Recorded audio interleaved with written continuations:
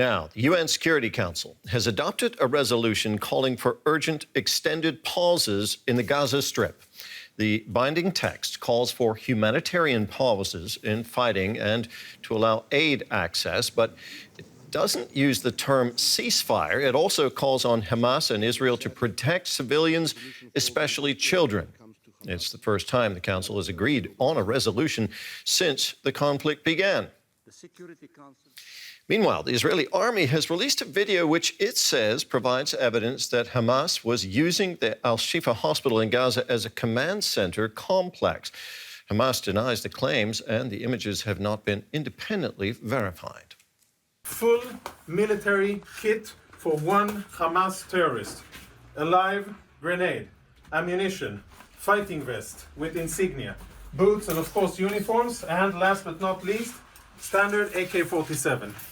This footage, says Israel, is proof that Hamas was using al-Shifa hospital as a command center. Both Hamas and the hospital's management denied the claims. But now, the Israel Defense Forces say they have evidence. Israel's military claim the video shows caches of weapons and other equipment left behind by the militants.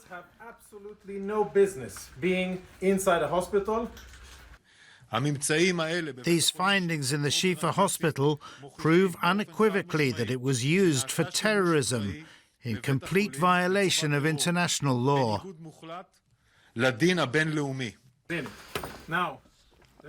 Hamas has dismissed Israel's claims as, quote, lies and propaganda. The raid also drew widespread international condemnation. Israel's military incursion into al-Shifa hospital in Gaza City is totally unacceptable. Hospitals are not battlegrounds. With the humanitarian crisis in Gaza becoming ever more desperate, the United Nations Security Council adopted its first resolution on the conflict. 12 of the 15 members backed the resolution calling for urgent and extended humanitarian pauses. Russia, the United States, and the United Kingdom abstained. UN Security Council resolutions are legally binding, but with feelings running high all round, the calls for pauses may well go unheard. Well, for more, we're joined now by Lieutenant Colonel Peter Lerner. He's an Israeli military spokesperson in Tel Aviv. Thanks for being with us. Colonel Lerner, tell us more about what the Israel Defense Forces found inside the al-Shifa hospital. We saw the video.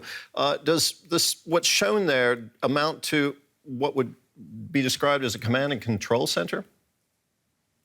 Good morning, Terry. In day 41 of our war against Hamas, a war that Hamas chose to brutally massacre more than 1,200 Israelis and abduct 240 Israelis and foreign nationals into Gaza, we are fighting against a ruthless, merciless terrorist organization that has no regard for life, Israeli or Palestinian. And I say that precisely because of your question. Indeed, we have found munitions, weapons, guns, communications materials in the Shifa compound, in one of the buildings. We are still operating in the compound, and we are just scratching the surface of their operations. We understand a bulldozer was digging at the hospital overnight. Was that your equipment? What else are you looking for there exactly?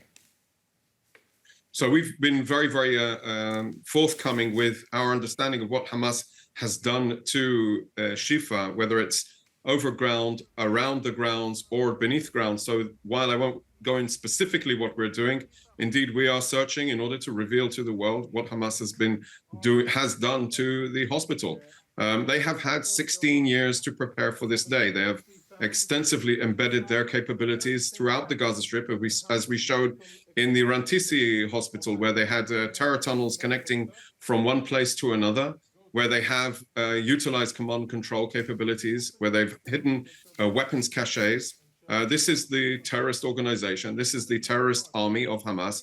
This is the reason, not because of October 7th, that we're at a war, but we're at war to ensure that October 7th can never happen again, Terry. Right.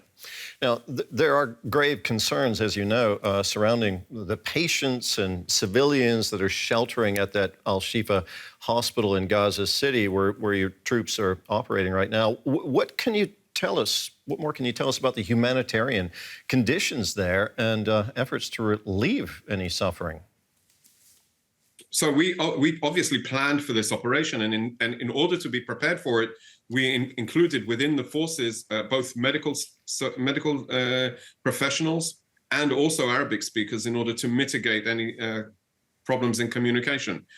We have distinguished between the locations where we're conducting the operations and the civilians in order to keep them out of harm's way and continue their treatment, whoever needs treatment, to safeguard them. There was a lot of concern before the operation that you've also in Deutsche Welle also reported about what will happen to the people in the hospital or in the hospital grounds. The people of Gaza are not our enemy. Hamas is our enemy, and I would say the fact that they used the hospital as and the hospital grounds as command control positions, as a place for storing weapons, it just goes to show that they're also the enemy of the people of Gaza.